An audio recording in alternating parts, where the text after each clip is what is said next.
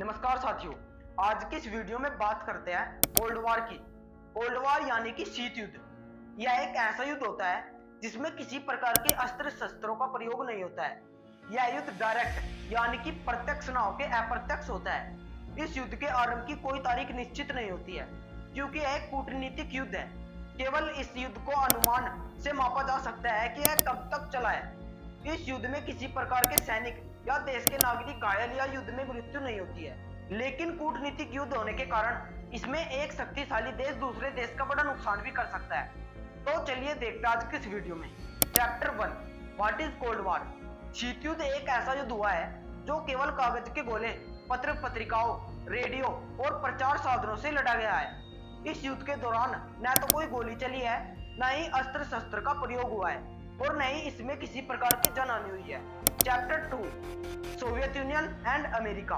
America और Soviet union दोनों महाशक्तिशालियों ने अपना अपना सर्वस्व कायम रखने के लिए विश्व के ज्यादातर हिस्सों में प्रोक्सी युद्ध लड़ते रहे। यह शीत युद्ध शास्त्र युद्ध में न बदले, इसके लिए उपाय भी किए गए। यह केवल एक कूटनीतिक युद्ध बनकर रह गया था, जिसमें दोनों महाशक्तिशालियों ने एक दूसरे को नीचा दिखाने के लिए उपाय भी किए। इस युद्ध का प्रभाव पूरे विश्व पर पड़ा।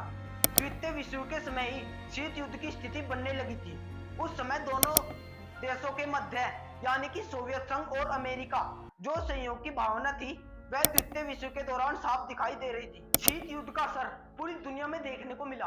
कुछ देशों में इसका असर कम रहा तो कुछ देशों में इसका असर बहुत ज्यादा देखने को मिला। इस युद्ध के दौरान अमेरिका और सोवियत यूनियन के साथ साथ पूरे अंतरराष्ट्रीय राजनीति पर भी इसका बहुत बुरा असर पड़ा। इसी के कारण ही विश्व के कई देशों में आतंकवादी संगठनों को भी बढ़ावा मिला। आतंकवाद की देन शीत युद्ध को ही माना जाता है। इसके अलावा कई देशों के व्यापार और उनकी अर्थव्यवस्था पर भी बड़ा असर पड़ा। दुनिया में शीत युद्ध की संभावना धीरे धीरे 1917 में दिखने लगी थी, परंतु द्वितीय विश्व युद्ध के उपरांत यह स्पष्ट रूप से दिखने लगी।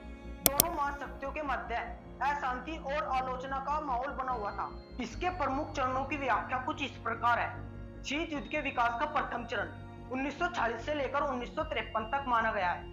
इसके बाद शीत युद्ध का दूसरा चरण 1953 से लेकर 1963 तक माना गया है। शीत युद्ध का तीसरा चरण 1963 से लेकर 1979 तक माना जाता है। शीत युद्ध का चौथा व अंतिम चरण 1980 से लेकर 1989 तक माना जाता है। आज के लिए सिर्फ इतना ही। मिलते हैं अगली वीडियो में। अगर आपको इस वीडियो से कुछ वैल्यू मिली है, कुछ सीखने को मिला है, तो चैनल को सब्सक्राइब करना ना भूलें। धन्यवाद।